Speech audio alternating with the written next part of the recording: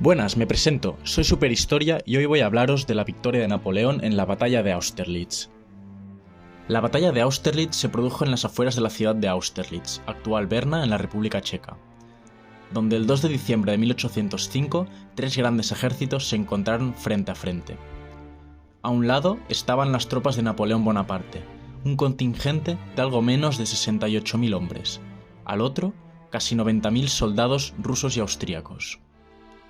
La desproporción de fuerzas hacía pensar a los oficiales rusos y austríacos en una gran victoria, ya que contaban con una gran ventaja numérica, pero Bonaparte logró suplir con la estrategia su inferioridad numérica y se alzó con la victoria.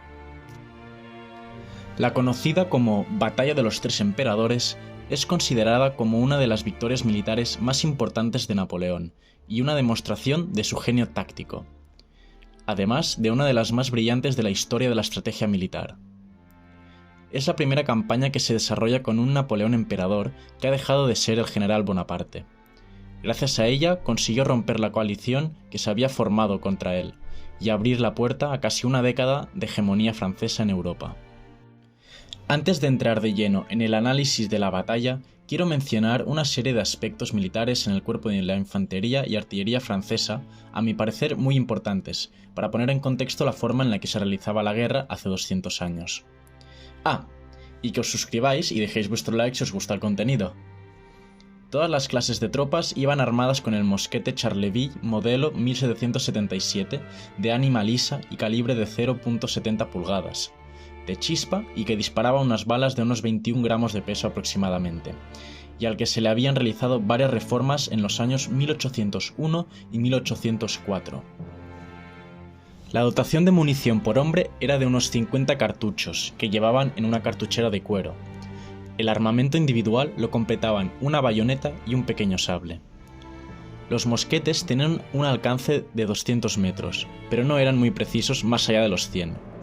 Por lo que el fuego se hacía en salvas con los hombres formando hombro con hombro buscando el efecto perdigonada. Para un caso de combate real, las probabilidades de impacto deben reducirse drásticamente, ya que una unidad de infantería bien entrenada tenía un rendimiento normal que iba del 3 al 5%, mientras que el número de bajas producidas por cada disparo de cañón era de 1,5 hombres por disparo, por lo que podemos deducir que el combate suponía una verdadera guerra campal y podía durar días, semanas e incluso meses. En cuanto al armamento austríaco, este se encontraba en medio de una reforma, encabezada por el general Mack, que los pilló en medio de la guerra, y Rusia, por su parte, no era poseedora de un arsenal modernizado, por lo que la superioridad numérica quedaba descompensada frente al modernizado ejército del Corso. Volviendo ya a nuestra narrativa, en 1803, conocedores del creciente poder militar de Francia, bajo el mando de Napoleón, una serie de países habían formado una alianza conocida como la Tercera Coalición. Esta incluía el Reino Unido, el Sacro Imperio Romano Germánico, Rusia, Nápoles, Sicilia y Suecia. De entre estos países, Austria y Rusia eran los que más sentían la amenaza francesa y los que podían suponer un problema mayor para Napoleón. Por lo cual, en 1805, el emperador francés desplazó a un gran ejército hacia el corazón de Europa. El ejército combinado de austríacos y rusos los superaba ampliamente en número, pero estaba poco cohesionado y carecía de suficientes oficiales preparados para dirigir una fuerza conjunta de tales dimensiones. Napoleón decidió aprovechar estas debilidades y valerse de la estrategia para anular la superioridad numérica, empezando por crear una falsa imagen de debilidad. Para ello, mantuvo a una parte de sus hombres separados del cuerpo principal del ejército para que su desventaja pareciera mayor y envió al general Savary a dejar un mensaje al cuartel general de la coalición, expresando su deseo de negociar la paz. Los oficiales rusos y austríacos interpretaron esto como una señal de debilidad inequívoca y propusieron a sus respectivos comandantes lanzar un ataque cuanto antes mejor. La última parte del plan de Napoleón consistía en atraer a sus enemigos a un terreno favorable. Para ello, eligió los Altos de Pratzen, una zona próxima en la ciudad de Austerlitz y atravesada por estaños, los cuales iban a jugar un papel importante en su táctica. Su primer movimiento fue lanzar un breve asalto seguido de una retirada para incitar a las fuerzas de la coalición a perseguirlo. debilitando considerablemente su flanco derecho, para asegurarse que las tropas enemigas avanzaran exactamente por donde a él le convenía. En aquella parte del campo de batalla se encontraban los estaños de Sachan, que en esa época del año estaban cubiertos por hielo.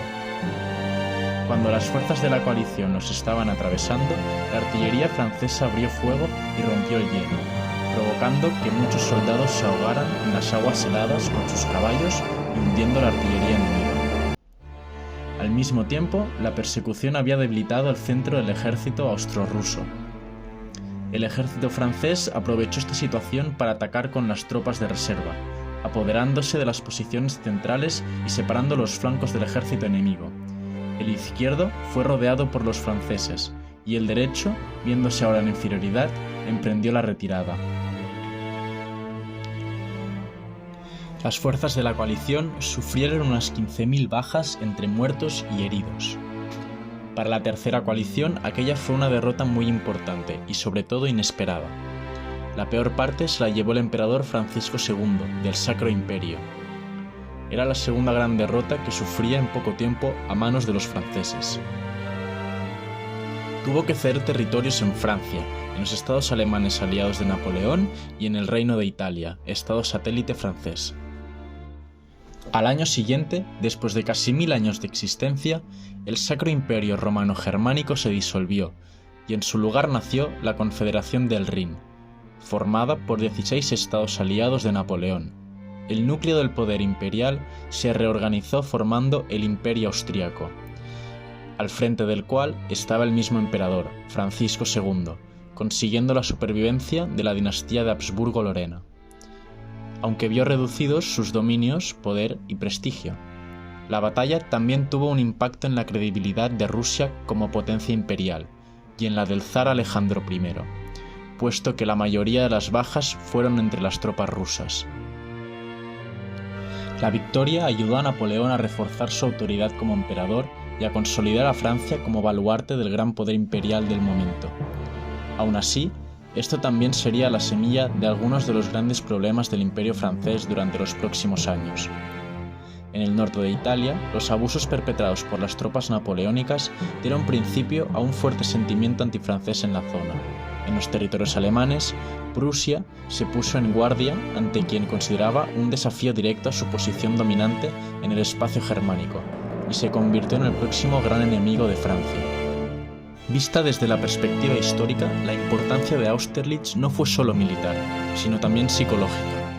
El hecho que Napoleón hubiera vencido a una gran coalición valiéndose de la estrategia alimentó el mito de su invencibilidad, disuadiendo a sus enemigos de intentar oponerse a él a corto plazo.